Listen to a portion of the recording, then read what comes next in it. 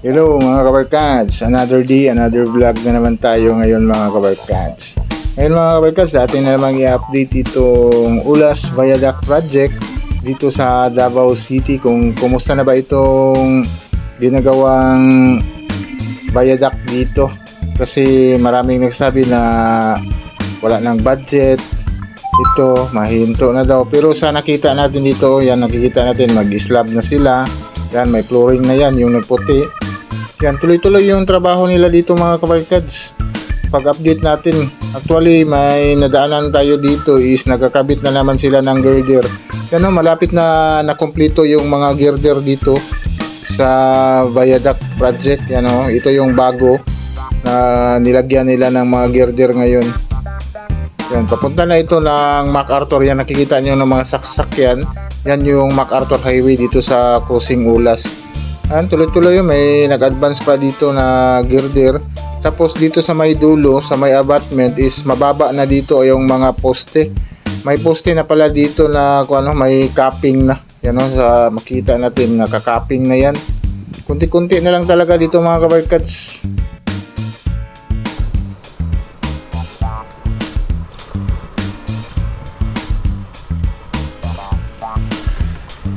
Hello mga kabarkads, once again this is RPB Updates TV or RPB Moto Travel Vlog.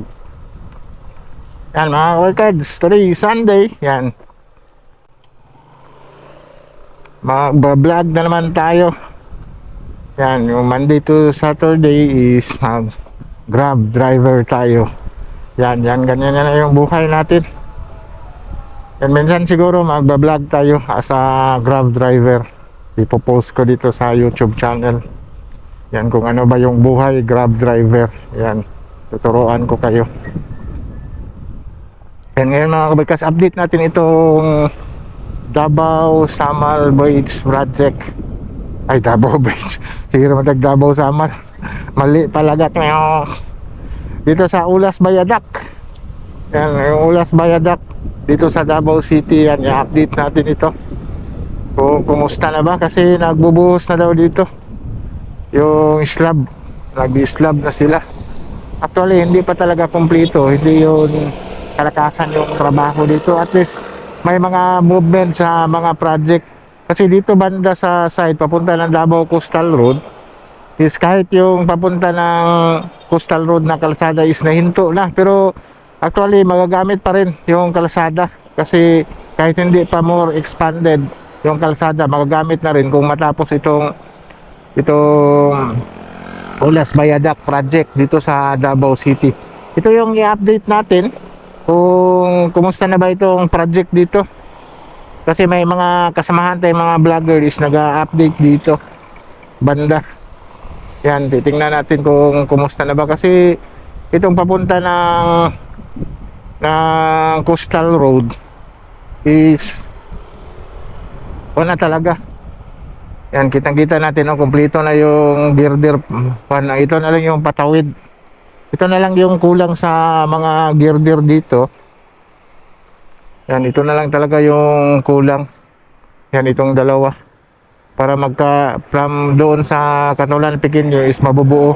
Patawid dito sa MacArthur Highway papunta ng Toril. Yan, ito na lang kulang. Kasi may nakita tayo dito na nagkarga sila ng girder. Baka dito doon muna nila nilagay para dito yon sa dalawa, kasi ito is ready na lagyan. Ito hindi pa ready kasi bago lang ito nabuhusan. May mga forma pa na kapag tatanggalin yung forma na yan, ready na yan lagyan ng girder, kasi doon parang ready na yun eh. May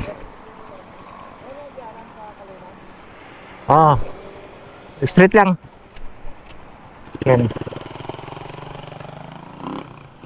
Yan, doon pala sila naglagay ng girder, doon sa kabila. May nilagyan pala ng girder doon banda.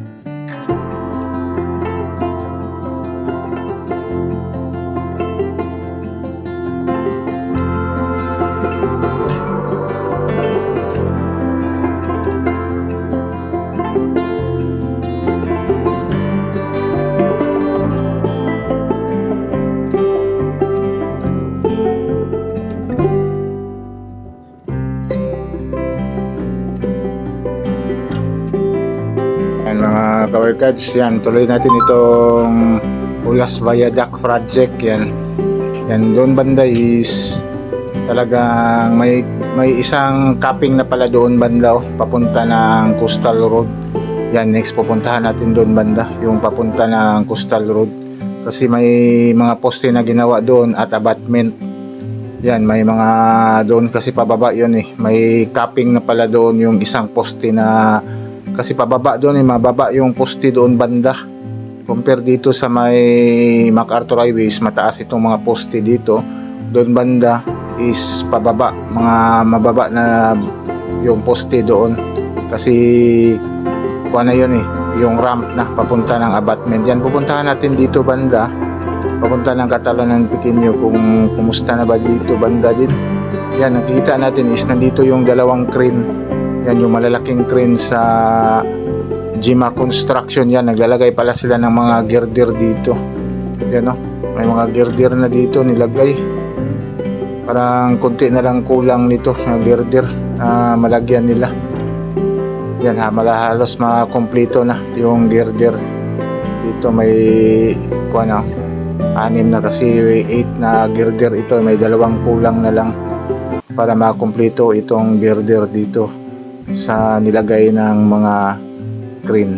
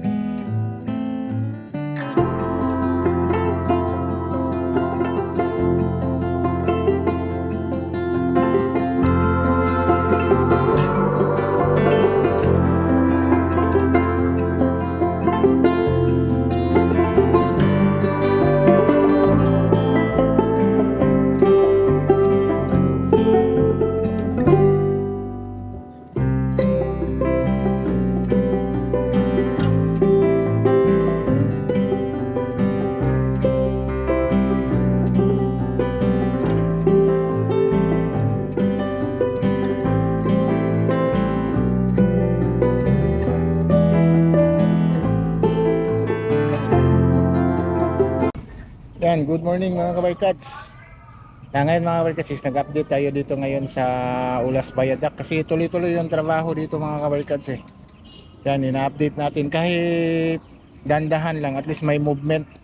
Kasi itong area na ito, hindi naman ito kailangan mamadaliin, kasi may mga bypass na naman daanan doon sa kabila, meron naman dito, pero at least may mga movement siya. Yan, ito banda. Yan, may mga movement. Kahit doon may mga capping na pala doon sa dulo, sa kabila. Yan, malaki-laki na yung improvement. Tapos doon sa dulo mga kabarkas, may nag-slab na sila doon, tapos abutment.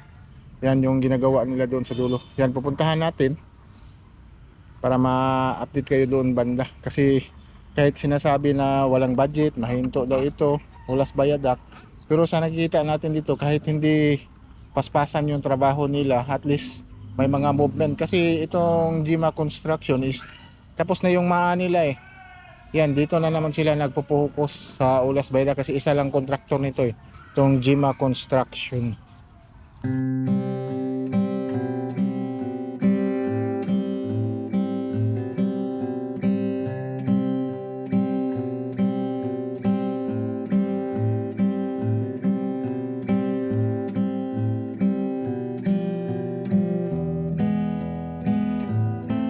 Mga kabarkads,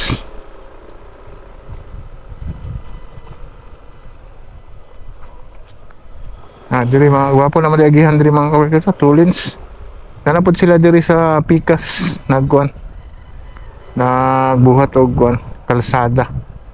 Yan, nindot na po diri, pwede na makaagi diri abot ni sa Tumoy, dili na lapok agihan diri kay kuan na ilang kalsada diri dita.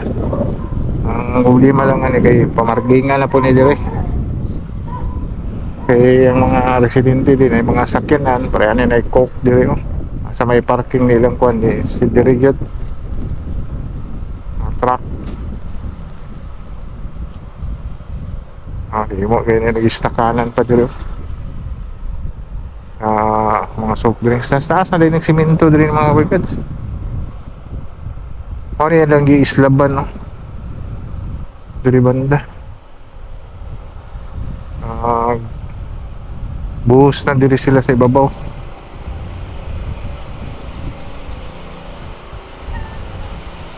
Although, kuwan siya mga kabarkads. Gwapo na agihan dahil diri. Dili na kayo para atong kuwan kay dapat na simentado na, oh. Pwede na mo moagi diri. Kanina lang siya na area. Pero dito banda, actually doon banda is yan, no, sementado na. Tapos nagsimula na sila nagkuhan dito mga kabarkads. Nag-abatment pala. Tuloy-tuloy yung trabaho talaga dito. Anong kuhan, nag-abatment na sila dito. Yan. Kuhan sila kahit Sunday gani nag kuhan sila. Padayon diri og kuhan, trabaho.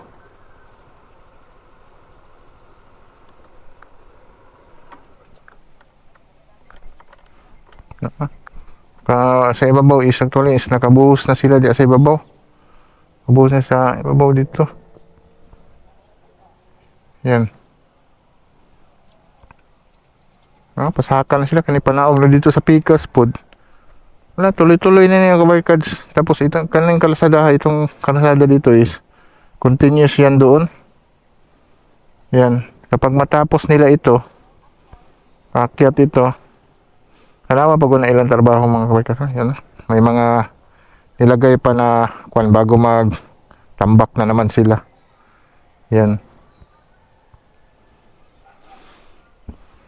Nagkuha na sila, nagpurma na sila para sa kuha niya, ramp. Yan, sa ramp. Yan na, tuloy-tuloy yung trabaho dito. Yan, kahit sinasabi na mahinto daw itong Ulas Viaduct, yan is tuloy-tuloy pa rin. Yan, siguro ginaganon lang yan pagkasabi, pero at least may mga budget pa rin. Hindi talaga hinto yung trabaho yan dito sa Davao City, kasi may mga kuan tayo na mahinto daw itong Ulas Viaduct, wala na daw ito. Yan yung mga ugihong dito tapos may nagsabi sa atin hanggang girder na lang daw, lagyan ng girder dyan, pagkatapos wala na, iwanan na, hintayin lang tayo na 2028. Yan, hindi, tuloy-tuloy nag-slab sila dyan sa ibabaw, may flooring na yan, tapos ito, kitang-kita natin dito yung ramp ginagawa nila doon sa kabila, hindi lang yung nakapunta, pero makikita natin doon is may capping na din pababa doon katulad nito. Yan, itong Ulas Viaduct. Yan, update lang natin ito mga kabarkads dito hanggang kuan talaga ito, maramp na ito. Yan, i-update ko kayo dito sa area. Yan, sige, bye bye, God bless.